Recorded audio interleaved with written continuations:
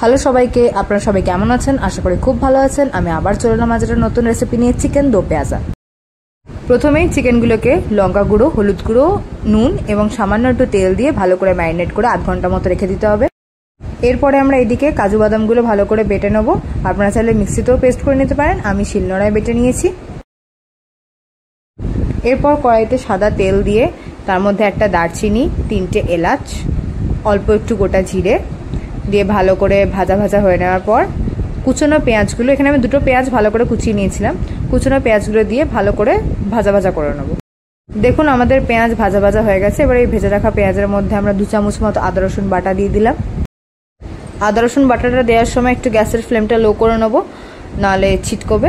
তো ভালো করে নেড়ে চেড়ে নিয়ে এখানে হলুদ গুঁড়ো, তারপরে একটু কাশ্মীরি লাল মির্চ, এখানে কালারের জন্য আমি কাশ্মীরি এভারেস্টের কাশ্মীরি লাল মির্চটা নিয়েছি। এরপরে দিয়ে দেবো জিরে গুঁড়ো। আমার কাছে যেহেতু জিরে গুঁড়োটা ছিল না, ওই জন্য আমি গোটা জিরে পেস্ট করে নিয়েছিলাম শিলনোড়ায়, তো ওটাই দিয়ে দিলাম। তার সাথে অল্প একটু ধনে গুঁড়ো, ভালো করে নেড়ে ছেড়ে নিয়ে কুচানো কাঁচা লঙ্কা দিতে হবে। আমি এখানে 3টে কাঁচা লঙ্কা কুচিয়ে রেখেছিলাম, আপনারা চাইলে 1টা বা 2টো দিতে পারেন। আবারও ভালো করে নেড়ে ছেড়ে নিয়ে এখানে কুচিয়ে রাখা টমেটোগুলো আমি দিয়ে দিলাম। আমি 2খানা টমেটো কুচিয়ে রেখেছিলাম, ওটাই দিয়ে দিলাম। তার মধ্যে অল্প একটু নুন দিলাম যাতে টমেটোগুলো ভালো করে সেদ্ধ হয়ে যায়। এবার এটাকে আমি প্রায় 3 থেকে 4 মিনিট মতো কষতে দেবো। দেখবেন তেল বেরিয়ে আসছে, সেই সময় আমাদের যে কাজু বাদাম বাটাটা করে রেখেছিলাম ওই পেস্টটা এখানে অ্যাড করে দিয়ে ভালো করে নেড়ে চেড়ে নিতে হবে মশলাটার সাথে। দেখুন আমি এখানে খুব সুন্দর করে নেড়ে ছেড়ে নিচ্ছি যাতে একদম কাজু বাদাম বাটাটা সবার সাথে মিক্স হয়ে যায়। এটাকে আমি আবার 2 থেকে 3 মিনিট পর ঢাকা দিয়ে রেখে দেবো। আবার দেখবেন তেল বেরিয়ে আসছে, ভালো করে নেড়ে চেড়ে নিয়ে এবারে চিকেনগুলোকে অ্যাড করে দেবেন। চিকেনগুলোকে ভালো করে মিক্স করে নিয়ে আবার ঢাকা চাপা দিয়ে আমরা প্রায় 10 থেকে 15 মিনিট মতো রেখে দেবো। ঢাকনা খুলে ফেললেই দেখবেন যে চিকেন থেকে জল বেরিয়ে এসছে। এবারে আমরা অ্যাড করে দেবো ফ্যাটানো টক দই। 3 চামচ মতো টক দই আমি নিয়েছিলাম, সেটা ফেটিয়ে নিয়ে এর সাথে অ্যাড করে দিলাম। আবার আমরা 10 থেকে 15 মিনিট মতো ঢাকা দিয়ে রেখে দেবো যাতে চিকেনগুলো ভালো করে সিদ্ধ হয়ে যায়।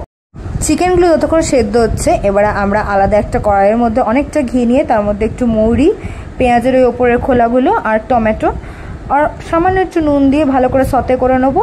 এবার এই সতে করা জিনিসটা আমরা এই চিকেনের মধ্যে দিয়ে ভালো করে মিক্স করে নেবো। এরপরে আমরা সামান্য একটু কসুরি মেথি আর গরম মশলা অ্যাড করে ভালো করে নেড়ে চেড়ে নিয়ে আবার ঢাকা দিয়ে রেখে দেবো প্রায় 5 থেকে 7 মিনিট মতো। আর আপনারা চাইলে এখানে জল অ্যাড করতে পারেন গ্রেভি আনার জন্য। আমি এখানে জল অ্যাড করেছি, আমাদের বাড়িতে সবাই একটু গ্রেভি খেতে পছন্দ করে বলে। আর লাস্টে ঢাকনা তুলে ধনেপাতা ছড়িয়ে সুন্দর চিকেন দো পেঁয়াজা সার্ভ করুন গরম ভাত বা রুটির সাথে।